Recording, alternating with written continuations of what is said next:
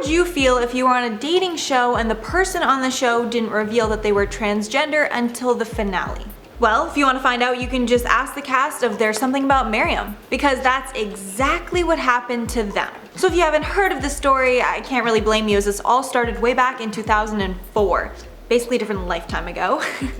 Just kidding. When the dating show aired in the UK. So this show seemed to be like any other Bachelor style dating show. Basically there was 7 guys who were competing for the heart of one girl. And at the end, whoever wins over her heart will win a romantic outing with her, as well as £10,000. But this show, with an unrevolutionary story behind it, quickly became groundbreaking after the woman on the show, Miriam, revealed that she was transgender right after she announced the winner and made everything a complete mess basically after. So I'm guessing the whole point of the show was gonna be the whole, there's more to a person than looks, and it's what's on the inside that counts. And although we can see that there might not have been bad intentions, sadly the men did not feel that way, and Miriam was quickly turned into the butt of a joke. As after the reveal, they all pretty much were just laughing like crazy. 1.4 million people watched the final episode's big reveal back in 2004.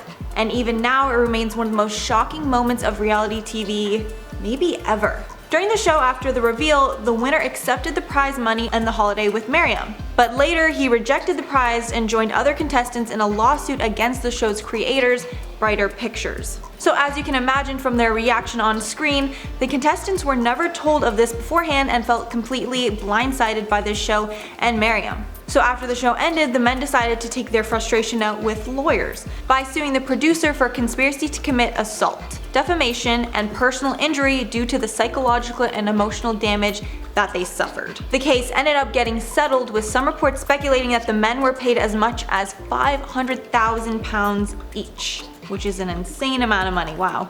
After the show's horrible reaction, it seems that the creators tried to bury it, with the show being extremely difficult to find. The creator Remy Blumenfeld recently commented on the past decision saying, quote, "It's hard to produce TV that gets people talking. Miriam made headlines around the world." And he continued saying that he loved how the show was so progressive. He said, quote, "You have to remember that at the time, transsexual people were very seldom seen on TV. So just by casting a trans person in the title role, we were helping the audience to get to know one trans character very well."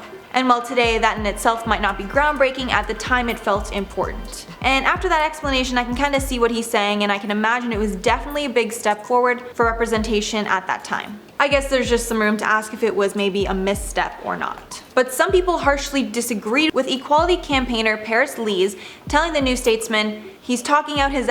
All Miriam did was tell trans people, "We will put you in a swimsuit and sexualize you, but we will laugh and feel ashamed about it afterwards." Continuing, "It shows just how low the bar was back in 2004 in terms of trans representation, when just to see someone as trans, even if they were the butt of a joke, was somehow seen as progress." End quote.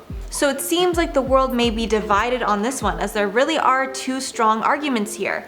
On one side, Miriam does not want to always be looked at as trans, and her in the show just wanted to help her find love without her past potentially ruining it.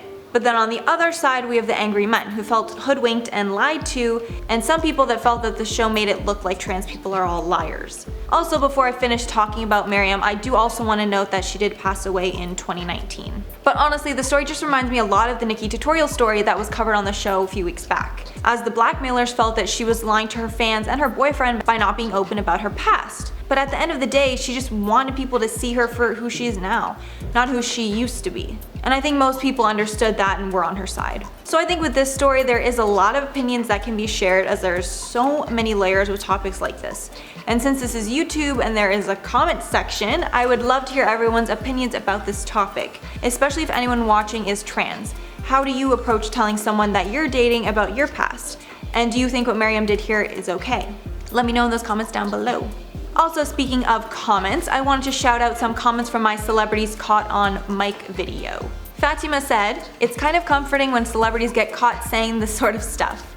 We get the truth behind their facades." Honestly, preach. I love this sort of thing where we can just pull the curtain back and get to know celebs a little more. Then Patty Harvey said, "These are great, although I'm pretty certain Obama knew he was being taped." Honestly, maybe he's just an even bigger savage than we all thought, and he just didn't even care. Because he definitely knew he was being recorded, but I think he was just kind of like, whatever, it's just Kanye. Then Amy DeAngelis said, Trump king of shade, that shade being orange. Honestly, all I have to say to that is chef's kiss. That was just perfection. Then Teresa Lane said, "Yo Mackenzie, your mic is on." Ernest Borgi, me. Ugh, snap, I know I did the dreaded wrong name pronunciation. You guys have to remember, for practically all of our research on these stories, we're reading the articles, not really watching videos, so sometimes I get on screen and realize I have no way how to pronounce something, but I'm already filming, so it's kind of too late to go check. Please, forgive me, take mercy on me. Then Lil Weirdo said, "Can I have a comment shout out? This channel is awesome for that piping hot tea." And yes you can, here it is. Hello, also your username is hilarious. Lil Weirdo, love that. And lastly, Zamara McConnell said, "I've never gotten a shout out. I want one from Mackenzie. She is my new favorite." Sorry, Charlotte. Hey Zamira, here it is. Hi, thank you so much for watching. We love having you here. Alrighty, so that is all for this video. Thanks so much for watching, and like and subscribe for more videos like this. Also follow the team on our socials if you want to see more of us. Links are down below, and I'll see you guys in the next one.